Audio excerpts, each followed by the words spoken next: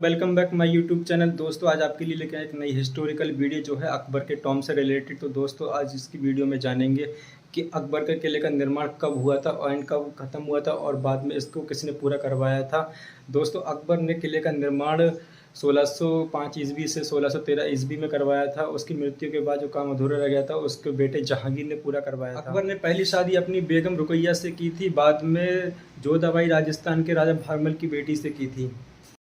अकबर का जन्म अमरकोट, पाकिस्तान में सन 15 अक्टूबर 1542 में हुआ था। अकबर का नाम जलालुद्दीन मोहम्मद अकबर था। अकबर की मृत्यु 27 अक्टूबर 1605 को फतेहपुर सीकरी में हुई थी। वहीं अकबर का मकबरा बना हुआ है। इनके बहुत सी बीबियाँ थीं जिनके लिए अकबर ने हरम बनवाया था। इस हरम में पुरुषों का जाना वर्जित था। अकबर के पिता का नाम हुमायूं था। उनकी बेगम का नाम हामिदा बानो बेगम साहिबा था। अकबर के सबसे प्रिय बेगम रुकैया सुल्तान थीं जो इनके बचपन की दोस्त थीं। बाद में अकबर ने बैरम खान की बेगम सलीमा सुल्तान से निकाह किया। यह दूसरी बेगम थीं जिन बाद में अकबर ने राजस्थान के राजा भारमल के किले पर आक्रमण किया और उनकी सबसे बड़ी बेटी जोधा से निकाह किया। जोधाबाई का जन्म 1542 आमेर में हुआ था। अकबर से शादी करने के बाद जोधा को मरियम उज़ ज़मानी की उपाधि मिली। जोधा के 2 बच्चे हुए जिनका नाम हसन और दूसरे का नाम हुसैन था। बाद में दोनों की मृत्यु हो गई। 1569 में जोधा ने एक बच्चे को जन्म दिया जिसका नाम सलीम था। सलीम अकबर का प्रिय पुत्र था। सल्तनत में आने के बाद अकबर ने सलीम का नाम बदलकर जहांगीर रख दिया था। तब वह जहांगीर नाम से जाने लगा।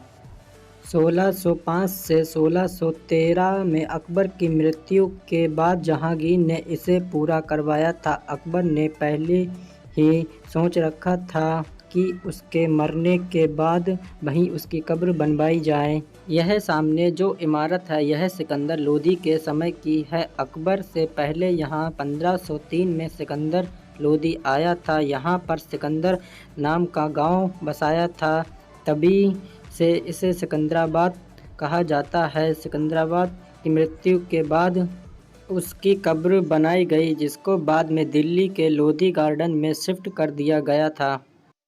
दोस्तों यह सामने जो इमारत है इसको कांच महल कहा जाता था। अकबर का जो बेटा था जहांगीर उसने कांच का महल बनवाया था। इसको बनाने के लिए 14 साल लगे थे। 1505 में 1619 के बीच बनकर तैयार हुआ था। इस छोटी इमारत को बनने में बहुत समय लगा था। जहांगीर यहाँ बैठकर शराब पिया करता था, अपना खाली समय गुजारता था और जो डिज़ाइन नज़र आ रहा है जैसे सुराई के कली और सारी इसी कारण नज़र आ रहे हैं। यह जो सामने नज़र आ रहा है रात के समय यह चमकता था तथा यहाँ कांच महल उस समय जहांगीर का गेस्ट हाउस हुआ करता था।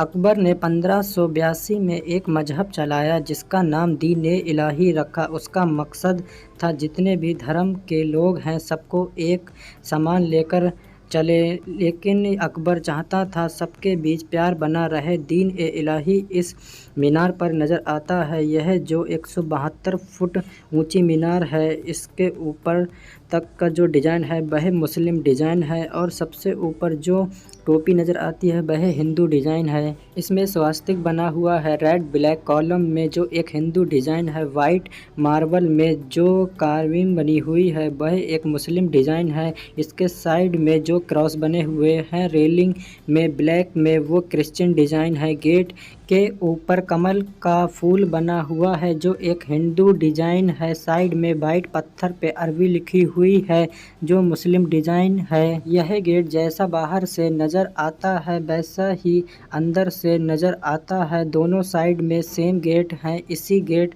को देखकर ताजमहल में भी ऐसा गेट बनवाया गया था। अकबर ने 1602 में इसका काम कराया था। 1605 में इसकी मृत्यु हो गई। 1603 में इसकी जहांगीर ने पूरा करवाया था। इसको पूरा होने में 12 साल का समय लगा। इस गेट को जहांगीरी गेट कहा जाता है। बाकी गेट बंद कर दिए गए हैं। यह जो छोटा गेट बना हुआ है इसका भी कारण है। अकबर की हाइट 5.5 फुट हुआ करती थी, इसलिए उसे कोई सलाम नहीं करता था। इसलिए बीरबल ने उनसे कहा कि 6 फुट के गेट बना दिए जाएं, लोग झुककर आया करेंगे तो खुद ही सलाम हो जाया करेगा। साइड में कुछ अस्तबल बने हुए हैं जहां पर अकबर के घोड़े बंधे हुआ करते थे। यहाँ पर 25-25 एकड़ के 4 प्लॉट हैं जिनमें गार्डन बने हुए हैं, 2 आगे की ओर और 2 पीछे की ओर। 19 एकड़ का बना हुआ है। इमारत टोटल 119 एकड़ में बनी हुई है। यहाँ पर मोर भी देखने को मिल जाएगा। मुगलों के समय यहाँ पर गुलाब बाग हुआ करता था। गार्डन नहीं हुआ करते थे। गुलाब के फूल सेंटर टैंक में डाल दिए जाते थे। यहाँ पर ऐसी 8 टैंक बनी हुई हैं पानी की। हर गेट पर 2 टैंक हैं जिनमें गुलाब डालने के बाद पानी डाला जाता था। पानी जो था वह गुलाब जल बन जाता था। कहा जाता है मरे हुए शरीर को फ्रेश करने के लिए गुलाब जल में डुबोया जाता था, फिर उसे दफन किया जाता था। अकबर के समय यह सब जगह कब्रिस्तान हुआ करती थी। अकबर का कोई वारिस नहीं था। अकबर जोधा के समय फतेहपुर सीकरी दुआ मांगने सलीम चिश्ती की दरगाह पर गए, तब उन्हें एक औलाद हुई। फिर वह औलाद को लेकर सलीम चिश्ती के पास गए तो उन्होंने उसका नाम सलीम रखा। बाद में सलीम सल्तनत में आने के बाद अकबर ने उसका नाम बदलकर जहांगीर रख दिया गया था और इनकी मृत्यु के बाद इनकी कब्रें लाहौर पाकिस्तान में है और अनारकली की भी कब्र लाहौर पाकिस्तान में है। सलीम अनारकली से बेहद मोहब्बत करता था। यह उस समय का सुनहरा महल था। छत पर गोल्ड ही गोल्ड लगा हुआ था। औरंगजेब ने अपने समय में गोकुल नाम के मशहूर जाट जमींदार को मरवा दिया।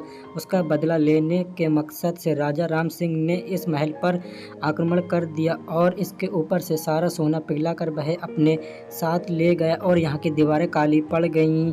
और जो आपको ऊपर गोल्ड नज़र आ रहा है ये आर्टिफिशियल पेंट है जो सोने के रूप में दिखाई देता है। और यहाँ पर ऐसी 5 लैंपें लगी हुई हैं जो 2 इस महल के अंदर हैं और 2 ताजमहल के अंदर हैं और एक फतेहपुर सीकरी के अंदर है।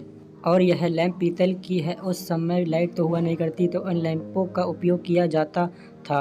अब चलते हैं बंदरगाह की ओर। अकबर की कब्र चारों तरफ से संगमरमर की बनी हुई है और हल्की सी ऊपर को उठी हुई है। इसमें चारों तरफ संगमरमर लगा हुआ है। अकबर के बराबर वाले कमरों में 2 बेटी की कब्रें हैं जिनमें से एक है आराम बानो की, दूसरी है शकरुन्निसा की और तीसरी कब्र जो है औरंगजेब की बेटी जैबुन्निसा की है। और पास में 2 कब्रें और बनी हुई हैं।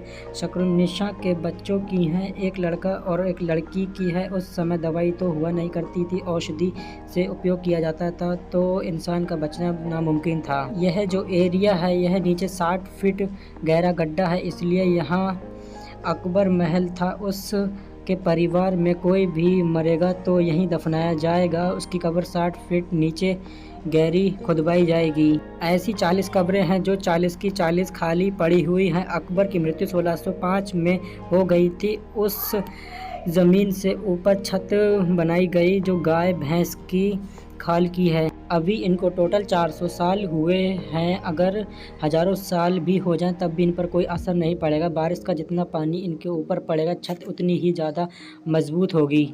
महल के लास्ट की ओर एक खराब दरवाज़ा पड़ा हुआ है। कहते हैं राजा सिंह ने यहीं पर आक्रमण किया और इस दरवाजे की बुरी हालत